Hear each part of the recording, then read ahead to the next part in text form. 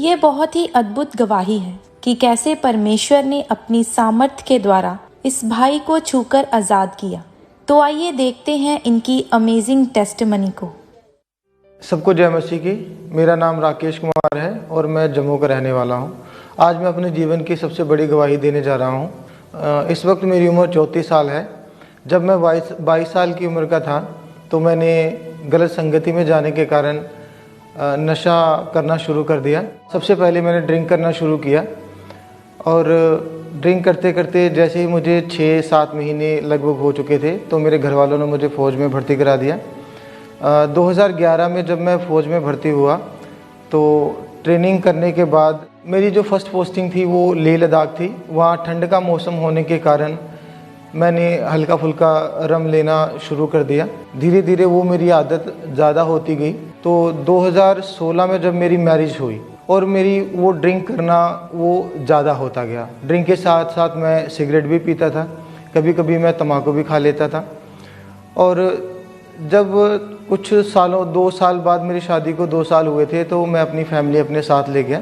मैंने दवाई भी खाई दारू छोड़ने की, पर उससे भी मुझे कोई आराम नहीं हुआ। और कई बार तो ऐसा होता था कि मतलब मैं ऐसा सोचता था कि कहीं ऐसा ना हो कि ये मैं ड्रिंक करके जाता हूँ तो कहीं बाइक चलाते चलाते मेरा नशे में कहीं एक्सीडेंट ना हो जाए और मेरी डेथ ना हो जाए, या तो मेरे को ऐसा लगता था कि कहीं मेरे को हार्ट अटैक ना आ जाए। डर भी लगता था कि इस नशे के कारण कहीं मुझे कुछ हो ना जाए, मेरे बच्चों का क्या होगा। लेकिन फिर भी मैं इस सिचुएशन में ऐसा शुमार हो गया था दारू पीने में कि लेकिन ये लत मेरी जा नहीं रही थी। इसके बाद जब मैं कभी अपने घर जब मैंने छुट्टी आना तो मेरा छोटा भाई जो आर्मी में जॉब करता है वो भी छुट्टी आता था। तो हम दोनों भाई इकट्ठे ड्रिंक करते थे। इकट्ठे ड्रिंक करने के बाद जैसे फिर हमने आपस में ही झगड़ा करना या मम्मी पापा के साथ मतलब हमारा किसी बात पे बहसबाजी हो जानी। तो छोटे भाई की वाइफ उसने उसको डांटना, मतलब उसको समझाना, मेरी वाइफ ने मेरे को समझाना, लेकिन हम समझते नहीं थे। जो हमारे घर में कोई फंक्शन होना, जैसे मतलब किसी चाचा ताया या मौसी मामा के घर कोई फंक्शन कोई शादी, वहाँ हम दोनों ने जाना तो मतलब वो सबको ऐसा लगता था कि ये दोनों आए, अब ये दोनों ड्रिंक करेंगे और दोनों मतलब झगड़ा करेंगे या कोई ऐसी वैसा कुछ करेंगे। जैसे मतलब मैं कहीं आउट ड्यूटी में जाता था तो मेरी दिन की शुरुआत जो थी वो नशे से ड्रिंक करने से होती थी। सुबह भी पीना, फिर उसके बाद जब दोपहर का लंच होना उस वक्त भी पीना, जब रात का डिनर होना उस वक्त भी पीना। कई बार तो ऐसा होता था कि मतलब रात को जब मेरे को मतलब नींद से आँख खुलनी और मैंने उसी वक्त अपने ट्रंक से बोतल निकाल के उस वक्त पैक लगा देना। और मेरी मंथली जो भी सैलरी थी उसका 40% जो था वो मैं नशे में ही उड़ा देता था। इस वजह से जो भी मतलब मेरे परिवार में बहुत तनाव जैसा बना हुआ था कि मेरे परिवार वाले, मेरे मम्मी पापा मुझे समझाते थे, मेरी वाइफ मुझे समझाती थी, लेकिन मैं समझता नहीं था। मैं दिन भर में 1 बोतल शराब पी जाता था और 3 से 4 सिगरेट पी जाता था। तो और ये नशा मेरा दिन ब दिन बढ़ता जा रहा था। मैं नशा छोड़ना चाहता था लेकिन मैं नशा छोड़ नहीं पा रहा था। मैं बहुत कोशिश करता कि आज मैं ड्रिंक नहीं करूँगा, लेकिन बस वही रहता था कि जैसे मतलब शाम होनी और मैंने फिर नशे की ओर चले जाना, फिर ड्रिंक करके आ जाना। इसके बाद 2019 की बात है कि मैं यूट्यूब चला रहा था और यूट्यूब में मैंने पापा जी का एक सरमन सुना।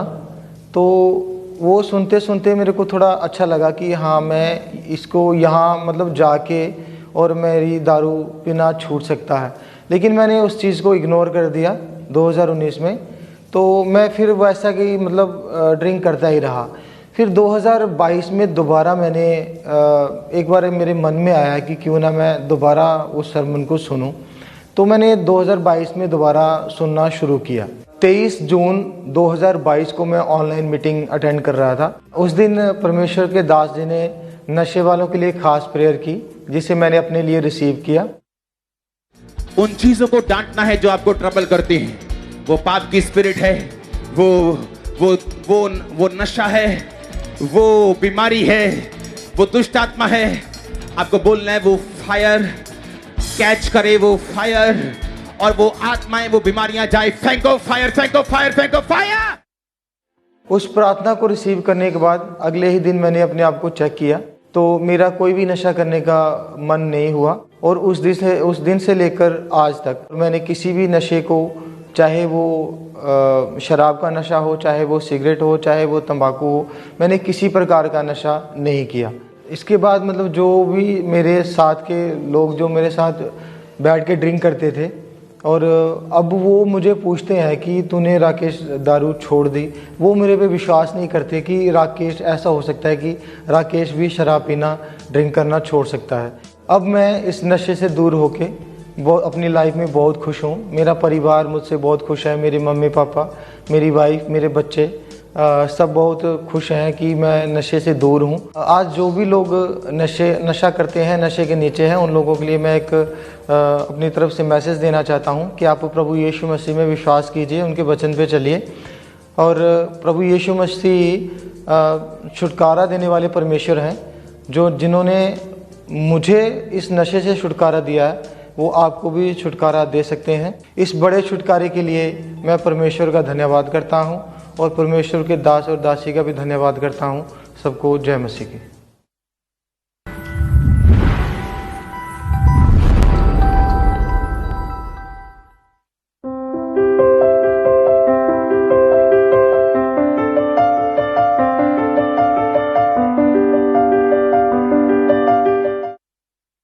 जैसे कि बाइबल में यिर्मयाह 17 उसके 14 में लिखा है, हे यहोवा मुझे चंगा कर तब मैं चंगा हो जाऊंगा, मुझे बचा तब मैं बच जाऊंगा, क्योंकि मैं तेरी ही स्तुति करता हूँ। ये वचन इनके जीवन में पूरा हुआ।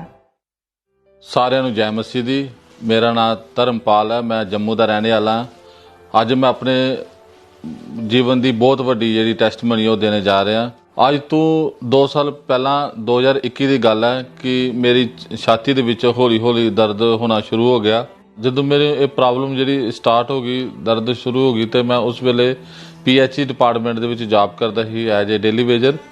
ਤੇ ਉੱਥੇ ਜਦੋਂ ਮੈਂ ਭਾਰੀ ਕੰਮ, ਸਾਡਾ ਉੱਥੇ ਭਾਰੀ ਕੰਮ ਸੀ, ਅਸੀਂ ਮੋਟਰਾਂ ਜਿਹੜੀਆਂ ਸੀ ਉਹ ਚੈਨ ਕੁੱਪੀ ਦੇ ਨਾਲ ਅਸੀਂ ਥੱਲੋਂ ਜ਼ਮੀਨ ਦੇ ਵਿੱਚੋਂ ਅਸੀਂ ਬਾਹਰ ਕੱਢਦੇ ਸੀ ਹੱਥਾਂ ਦੇ ਨਾਲ, ਮਤਲਬ ਜ਼ੋਰ ਵਾਲਾ ਕੰਮ ਸੀ ਬਹੁਤ ਸਾਰਾ। ਤੇ ਉਹ ਮੇਰੇ ਕੋਲ ਕੰਮ ਨਹੀਂ ਹੁੰਦਾ। ਜਦੋਂ ਮੈਂ ਉਹ ਮੋਟਰ ਨੂੰ ਚੁੱਕਦਾ ਸੀ ਜਾਂ ਮਤਲਬ ਉਸ ਸੰਗਲ ਨੂੰ ਫੜਦਾ ਸੀ ਤੇ ਮੇਰੇ ਯਕਦਮ ਦਰਦ ਹੁੰਦੀ ਸੀ ਤੇ ਮੈਂ ਬੈਠ ਜਾਂਦਾ ਸੀ। ਉਹਨਾਂ ਨੂੰ ਆਪਣੇ ਸਾਹਬ ਨੂੰ ਬੋਲਿਆ ਕਿ ਸਰ ਮੇਰੇ ਕੋਲ ਭਾਰੀ ਕੰਮ ਨਹੀਂ ਹੁੰਦਾ, ਮੇਰੀ ਚੈਸਟ ਦੇ ਵਿੱਚ ਦਰਦ ਹੈ। ਤੇ ਉਹਨਾਂ ਨੇ ਮੈਨੂੰ ਕੀ ਕੀਤਾ ਕਿ ਸਟੇਸ਼ਨ ਦੇ ਉੱਪਰ ਇੱਕ ਡਿਊਟੀ ਜਿਹੜੀ ਹੈ ਮੇਰੀ ਉੱਥੇ ਲਾ ਦਿੱਤੀ। ਉਹਨਾਂ ਨੇ ਕਿਹਾ ਕਿ ਠੀਕ ਹੈ, ਤੇਰੇ ਕੋਲ ਭਾਰੀ ਕੰਮ ਨਹੀਂ ਹੁੰਦਾ, ਤੂੰ ਆਪਣਾ ਚੈੱਕਅਪ ਕਰਾ, ਔਰ ਤੂੰ ਡਿਊਟੀ ਜਿਹੜੀ ਹੈ ਉਹ ਭਾਰੀ ਕੰਮ ਤੋਂ ਮੈਨੂੰ ਉਹਨਾਂ ਨੇ ਦੂਸਰੀ ਜਗ੍ਹਾ ਸ਼ਿਫਟ ਕਰ ਦਿੱਤਾ। ਤੇ ਦਿਨੋਂ ਦਿਨ ਮੇਰਾ ਰੋਗ ਜਿਹੜਾ ਉਹ ਵੱਧਦਾ ਗਿਆ। ਤੇ ਜਦੋਂ ਮੈਂ ਪਰੇਸ਼ਾਨ ਹੋ ਗਿਆ ਬੜਾ, ਤੇ ਮੈਂ ਸੋਚਿਆ ਕਿ ਚਲੋ ਕਿਉਂ ਨਾ ਇੱਕ ਅੱਛੇ ਡਾਕਟਰ ਨੂੰ ਇੱਕ ਚੈੱਕਅਪ ਕਰਾ ਲਈਏ।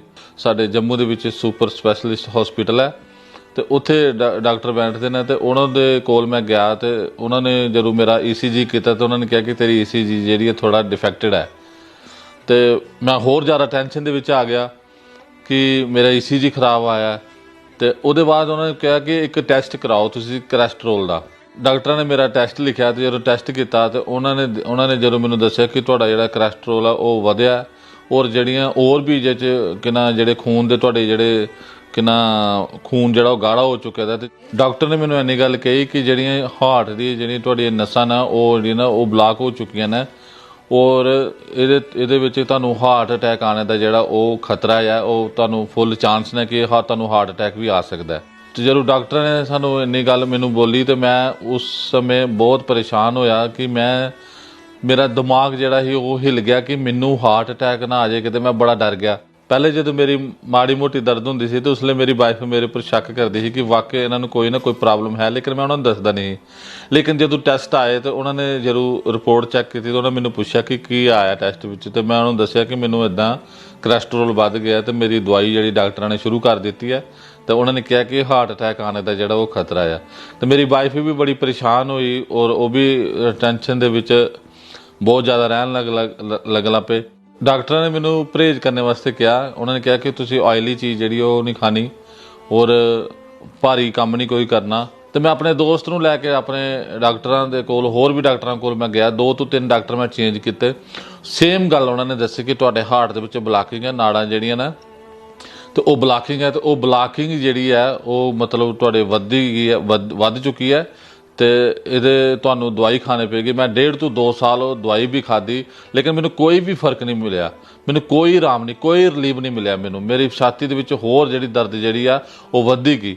ਕਦੇ ਕਦੇ ਐਦਾਂ ਹੁੰਦਾ ਸੀ ਕਿ ਮੇਰੇ ਰਾਤ ਨੂੰ ਯਕਦਮ ਮੇਰੇ ਦਰਦ ਉੱਠਣੀ ਤੇ ਮੈਂ ਉੱਠ ਕੇ ਬੈਠ ਜਾਣਾ, ਆਪਣੀ ਛਾਤੀ ਨੂੰ ਫੜ ਲੈਣਾ ਔਰ ਇਸ ਤਰ੍ਹਾਂ ਦਬਾਉਣਾ ਜ਼ੋਰ ਦੀ ਟੈਬਲੇਟ ਕੋਈ ਦਰਦ ਵਾਲੀ ਉਸੇ ਟਾਈਮ ਰਾਤ ਨੂੰ ਖਾਣੀ। ਮੈਂ ਬਿਲਕੁਲ ਵੀ ਦੌੜ ਨਹੀਂ ਸਕਦਾ ਸੀ, ਨਾ ਮੈਂ ਚੱਲ ਸਕਦਾ ਸੀ ਜ਼ਿਆਦਾ ਤੇਜ਼। ਤੇ ਮੈਂ ਪੌੜੀਆਂ ਵੀ ਬੜੀ, ਅਗਰ 1-2 ਵਾਰੀ ਮੈਂ ਪੌੜੀ ਚੜ੍ਹ ਲੈਂਦਾ ਸੀ ਤੇ ਬਸ ਉਹਦੇ ਬਾਅਦ ਮੇਰਾ ਸਾਹ ਫੁੱਲਣਾ ਜਿਹੜਾ ਸ਼ੁਰੂ ਹੋ ਜਾਂਦਾ ਸੀ।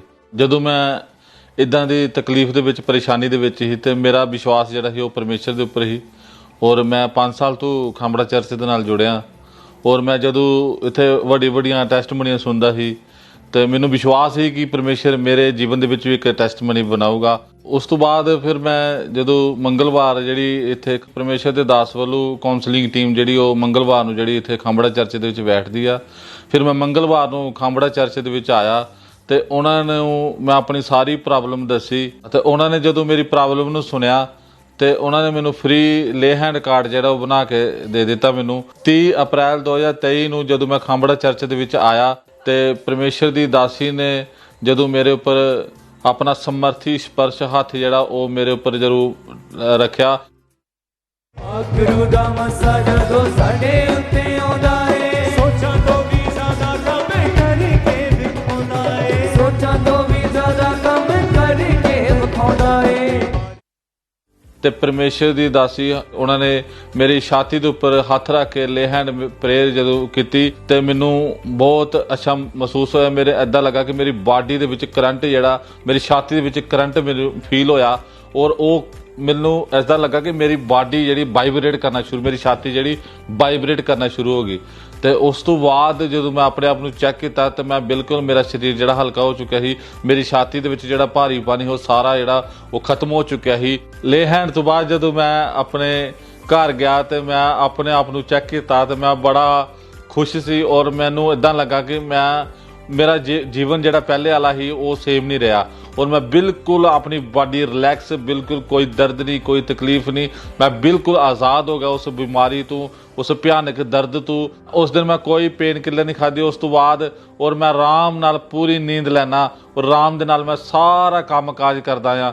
ਮੈਂ ਭਾਰੀ ਜਿਹੜਾ ਕੰਮ ਆ ਉਹ ਵੀ ਕਰ ਲੈਂਦਾ, ਮੈਨੂੰ ਕੋਈ ਪ੍ਰੋਬਲਮ ਨਹੀਂ, ਮੈਨੂੰ ਕੋਈ ਦਰਦ ਨਹੀਂ, ਮੈਂ ਬਿਲਕੁਲ ਆਜ਼ਾਦ ਹਾਂ। ਮੈਂ ਚੱਲਣਾ ਵੀ ਅੱਜ ਫਸਟ ਕਲਾਸ ਹਾਂ, ਮੈਂ ਦੌੜ ਵੀ ਲੈਣਾ। ਉਸ ਦਿਨ ਤੋਂ ਬਾਅਦ ਮੇਰੇ ਹਾਰਟ ਦੇ ਵਿੱਚ ਕੋਈ ਵੀ ਪੇਨ ਨਹੀਂ ਹੈ, ਕੋਈ ਵੀ ਬਲਾਕੇਜ ਨਹੀਂ ਹੈ, ਕੋਈ ਕੁਛ ਨਹੀਂ ਹੈ। ਮੈਂ ਉਸ ਦਿਨ ਬਾਅਦ ਡਾਕਟਰ ਨੂੰ ਚੈੱਕ ਕਰਾਇਆ ਔਰ ਮੈਂ ਉਸ ਪੂਰੀ ਹਾਰਟ ਦੇ ਰੋਗ ਤੋਂ ਬਿਲਕੁਲ ਆਜ਼ਾਦ ਹਾਂ। ਜਿਹੜੇ ਲੋਕ ਹਾਰਟ ਦੇ ਰੋਗੀ ਨੇ ਜਾਂ ਹੋਰ ਵੀ ਕਿਸੇ ਬਿਮਾਰੀ ਦੇ ਵਿੱਚ ਨੇ, ਪਰੇਸ਼ਾਨ ਨੇ ਲੋਕ, ਉਹ ਮੈਂ ਉਹਨਾਂ ਨੂੰ ਇਹ ਦੱਸਣਾ ਚਾਹੁੰਦਾ ਕਿ ਤੁਸੀਂ ਪ੍ਰਭੂ ਦੇ ਵਿੱਚ ਆਓ, ਪ੍ਰਭੂ ਯੀਸ਼ੂ ਮਸੀਹ ਨੂੰ ਆਪਣਾ ਉद्धारकर्ता ਪਰਮੇਸ਼ਰ ਮੰਨੋ ਔਰ ਤੁਹਾਨੂੰ ਪਰਮੇਸ਼ਰ ਆਜ਼ਾਦ ਕਰੇਗਾ। ਜਿਸ ਤਰ੍ਹਾਂ ਪਰਮੇਸ਼ਰ ਨੇ ਮੈਨੂੰ ਹਾਰਟ ਦੇ ਰੋਗ ਤੋਂ ਆਜ਼ਾਦ ਕੀਤਾ, ਇਸੇ ਤਰ੍ਹਾਂ ਤੁਹਾਡੇ ਵੀ ਜੀਵਨ ਦੇ ਵਿੱਚ ਵੱਡੀ ਟੈਸਟਮਨੀ ਜਿਹੜੀ ਉਹ ਪਰਮੇਸ਼ਰ ਦੇ ਵੱਲੋਂ ਬਣੇਗੀ।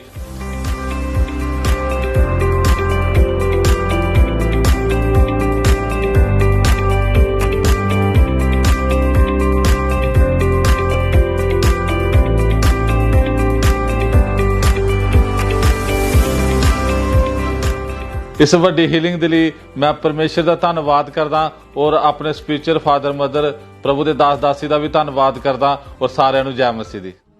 तारीफ करे, सब जन जोर से तालियों के साथ जोर से परमेश्वर की तारीफ करे।